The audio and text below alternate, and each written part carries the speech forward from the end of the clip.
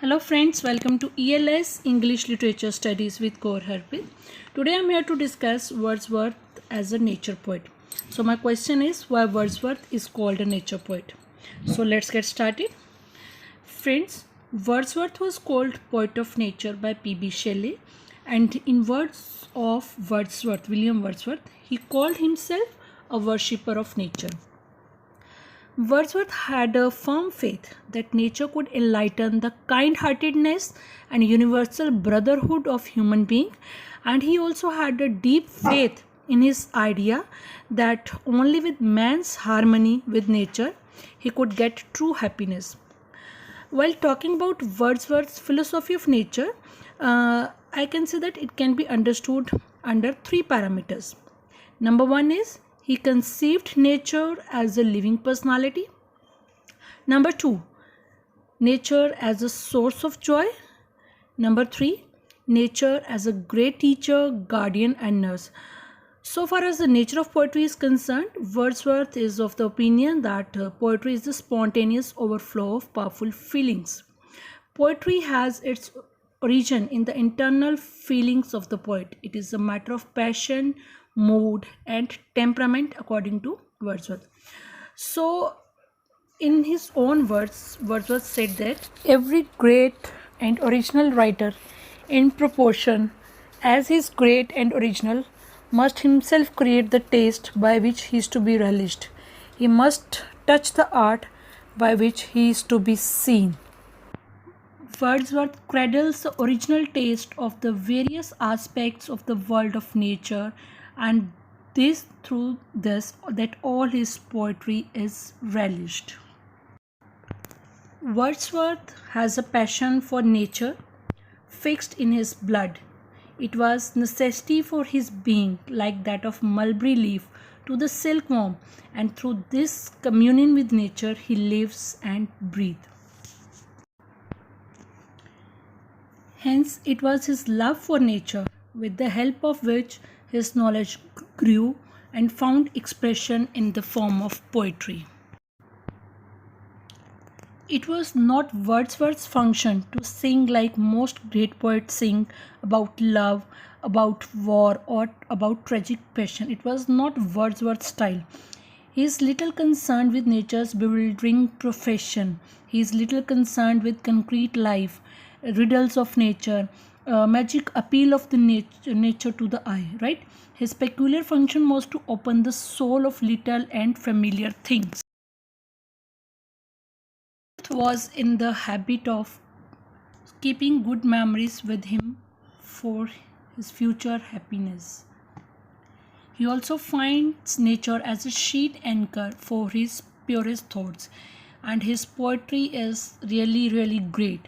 Why it is great? Because his poetry has the extraordinary power with which he feels the joy offered to him in nature. He feels a joy in little things like daffodils flash upon the inward eye and becomes a source of pleasure for him, and it is in his memories. Wordsworth in all his nature poetry starts from the fact that very often the impression of some natural object or phenomenon, an impression simply and purely sensuous, is to set up a mood of mind or feeling in which the object contemplated becomes the source of mysterious sensation and spiritual exaltation.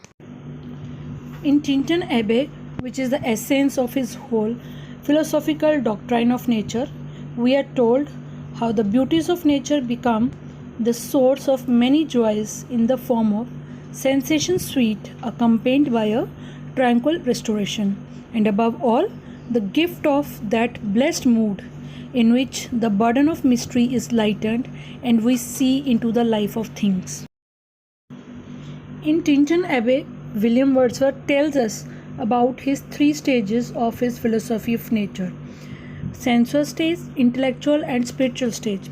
When we talk about his first stage, that is sensuous stage, when Wordsworth as a boy enjoyed nature through his senses, it was a period of giddy joys and dizzy raptures. The second stage is intellectual stage, when Wordsworth heard sad music of humanity. The third stage is the spiritual stage, when Wordsworth saw the living spirit of God in every object of nature.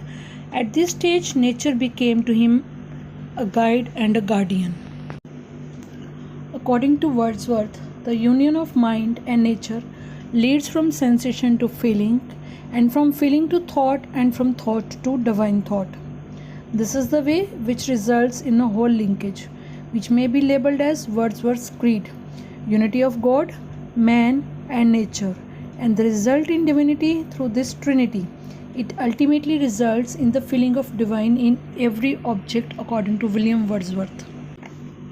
As in Tintern Abbey, the poet perceives presence.